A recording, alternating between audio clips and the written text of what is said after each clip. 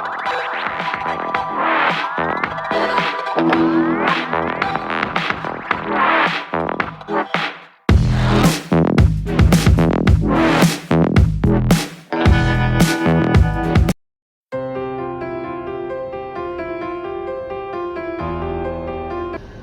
friends, I am with one of UAE's superstar cricketer today, who has made inroads in the last 2 years with the national team of UAE in all tournaments all over the world in the one-day status when they are playing.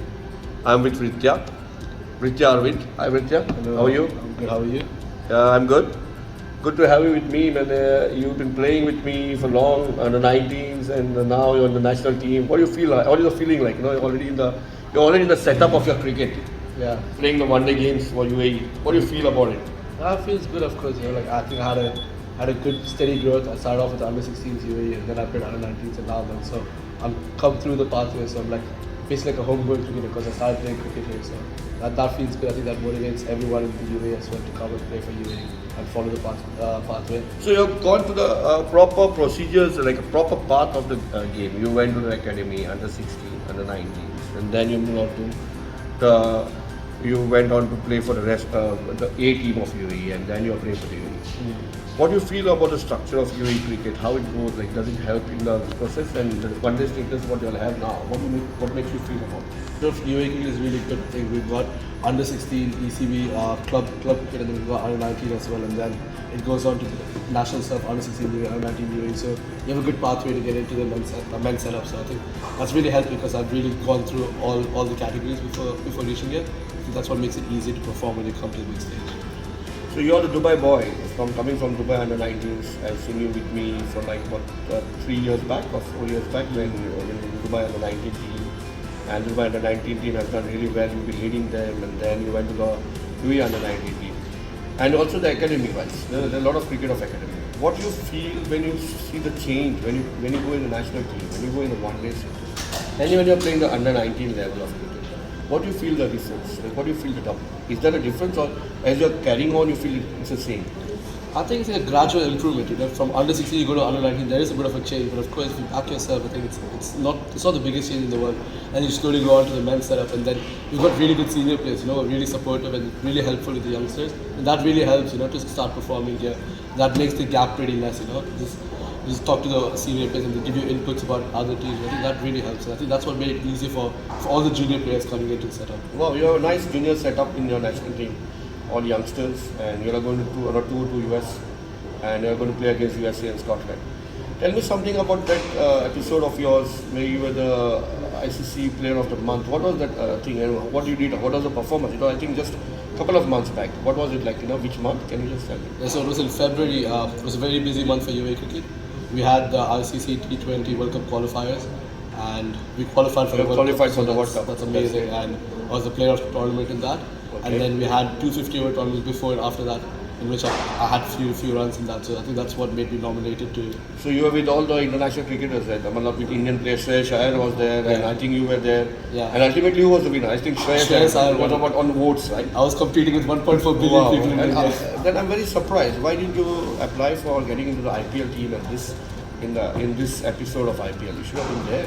The way you're playing the T10 cricket, the improvised cricket you had, a very orthodox cricketer, very orthodox Vritya Arvind when he started, and the way he started playing the T10 cricket, it's like, you must have, should have been applying for IPL. You should have gone straight cakewalk. When it happens, it happens. I don't mind. I just want to follow. I just continue playing cricket. If the chance comes by, then I'll 100% I'll take it. Yeah, because you were in the ICC records at high levels of your cricket in 2020. They should have been trying that. Anyway, it's never ending for you. There's a long way. You just started your cricket and a lot of records to be broken. Let's come to some personal questions. I've always seen your parents behind you whenever you tell. They still come with you or they still drop you? You got your driving license or you haven't? Nah, I think my parents made sure I don't get my driving license so they can come and watch every game. I thought so because I remember them always with you. What is your notion about them being with you all the time? Nah, it really helps, like they're really supportive. Like even now they're coming to US, they were there in Oman for the World Cup qualifiers. And they love watching the game and I love having them because they've supported me. They've got me to the stage I am. From under 11s, under 13s, they've been bringing me to the ground and watching what I do and everything. So that really helps. I got really good support from from house, and they help me balance out like cricket and studies, and it's been the way. It's been like that for the past 10 years. So What was the school you went to? Which was the school you I went went to quite a lot of schools. Yeah. I graduated in King's School of to? So you're born in Dubai? No, I was born in Chennai. Chennai. So you're basically Tamil. Yeah. So Vritya Arvind, any Swami, anything else? Nah, Or nah, that's that's Vritya Vritya Arvind. Arvind, yeah. Because normally Tamils, they have their long names. There's a way when we normally selectors wait for any selection of this, we come to see that Dubai cricket is all about papa mummy cricket, daddy mummy cricket basically. All the parents always there with their kids, and they are taking care. But more than the cricket, the boys playing, the parents are involved. But your parents have been very different. I've always seen them putting you in a corner and pushing you through hard the corners. And we always found that when we even selecting teams, we always found that your parents were very aloof. We found yourself. You're very lucky, in fact. You are growing in the hard patch. I want to know what is this look you carry, like a West Indian? A long time since. Whose fan you are actually? Nah, I don't know. Like I had straight hair before. I don't know how it happened. It just automatically. No, not the happened. hair, but your look also, your style of movement, like all a West Indian cricketer. Who's you follow like that? Honestly, I don't follow any West Indian cricket. I mean, I like how they are like on the field. I don't take it too seriously. Like, I feel like when you take cricket or any other sport or anything in life too seriously, then it just gets too. If your time is not good, it gets very depressing or anything. So I like to take it. I like to stay laid back and try to stay relaxed. So maybe that's why you get that influence with the West Indies Caribbean style. Vritya Arvind, when you started cricket, I still remember you very orthodox batsman. You used to get hundreds, like to bat long innings, and I'm sure you still like to do that, and you're doing well in your one-day cricket as well. The change you brought after all that, to get in the team, your T20 team, and the change you brought, the hard work you put. You are now 360 degrees cricketer. You play shots all around the corner of the ground, reverse, paddle, all that stuff. How did you work on that? What was the motivation? All of a sudden I saw you change, and I saw you playing a D10 cricket and you're hammering everybody all over the place, all over the park. How did it happen? I think it's just hard work at some point. I think paid me back after that D10 I had, because I've always put in the work. And before D10 I had a rough patch, but then I was really working hard then. I think D10, like all the hard work. Which year was it? Last year, right? This was 2 years ago. 2 years ago. Yeah, 2 years ago. So right after COVID. Yeah. So I think it was good we had the COVID break, because before the COVID break I was going through a rough patch. I wasn't scoring much. So during the COVID break I put a lot of work. I would say you had a good COVID break, but it was good for you. Yeah. It was good for me. Yeah. Personally, it was good because I had enough time to work on my fitness. I think I came back way fitter than I was before. I worked on a few things, and I think the hard work I put in there, I'll reap the rewards later. I think that's what really happened. You're doing good in T20. You still want to play 4-day games. Have you played you got a first class cap already? Or? No, I haven't had a first class. So you have to do well in your first class. I'm sure you're going to play all formats of game, and I want to see you in IPL as well. Okay. Coming back a little bit, let's go a little bit of flashback. You have come through a different process of cricket, the proper process of cricket from under 12 to the main team. Who do you give credits at one particular time? There are different councils involved. How do you find any person, any individual, any academy? What do you feel about it? I can't really thank one person. I think I've gone through so many different teams, so many different academies. First I started off my cricket at G4, so first credit goes to Gopal. After I went to CSE, and then that was Ubaid, and then but throughout whatever cricket I played, then I went to ICC, and of course Qasim and everyone was involved. And then of course all the UAE coaches, all the personal coaches I've had, and Dubai Council, I've played under 16. I think Dubai Council, that was a breakthrough year for me, because I got into the under 16 setup, had few runs in the same year, got into the under 19s as well. So that was a breakthrough. So yeah, big thanks to Dubai Council as well. But yeah, I think I've got different people playing a different role at each stage of my life, and I think that's what got me here. Who's your role model in cricket? That keeps changing. I don't like to just follow one person. Whoever is on the spotlight, I try to take bits. Who's your current role model?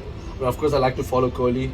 Even now, I'll follow Kohli just because he's going through a rough patch. I always thought you were following Dwayne Bravo. I don't know why it was like that. And coming back to ask you one question, which is very interesting. When are you going to get a driving license, man? Hopefully you're 21, soon. right? No? I'm 19. You're still 19. My God, you're still not eligible for under 19. But No. I was 2 months older. Did you lead the under 19 team for the World Cup once? No. It was Aryan, I guess. Yeah, it was Aryan. Yeah. You played under him? Yeah. You played under him, okay. You did not have. You had a lean patch in that World Cup also, no? Under 19, yeah. A decent one. Your role in the UAE team, I think you're well known, you're well now senior, almost doing well. You have a lot of youngsters coming in. How does it play? How does the captain Ahmed supports you? Robin is with you. Robin Singh is your coach. How much influential it is in the UAE team? I think it's really influential because I made my debut 2 years back, and think without the support of the management, of course the senior players, Rohan, Ahmed, Zahur, they've all been like really nice to the youngsters. They all like very welcoming environment. And now you see a amount of youngsters in the UAE setup. I don't think we've ever had so many youngsters in the UAE setup before. So that tells you like how easy it is to get involved in the UAE setup. Because we've got good skipper. Like even now, like he's working with Karthik, who's one of the youngsters.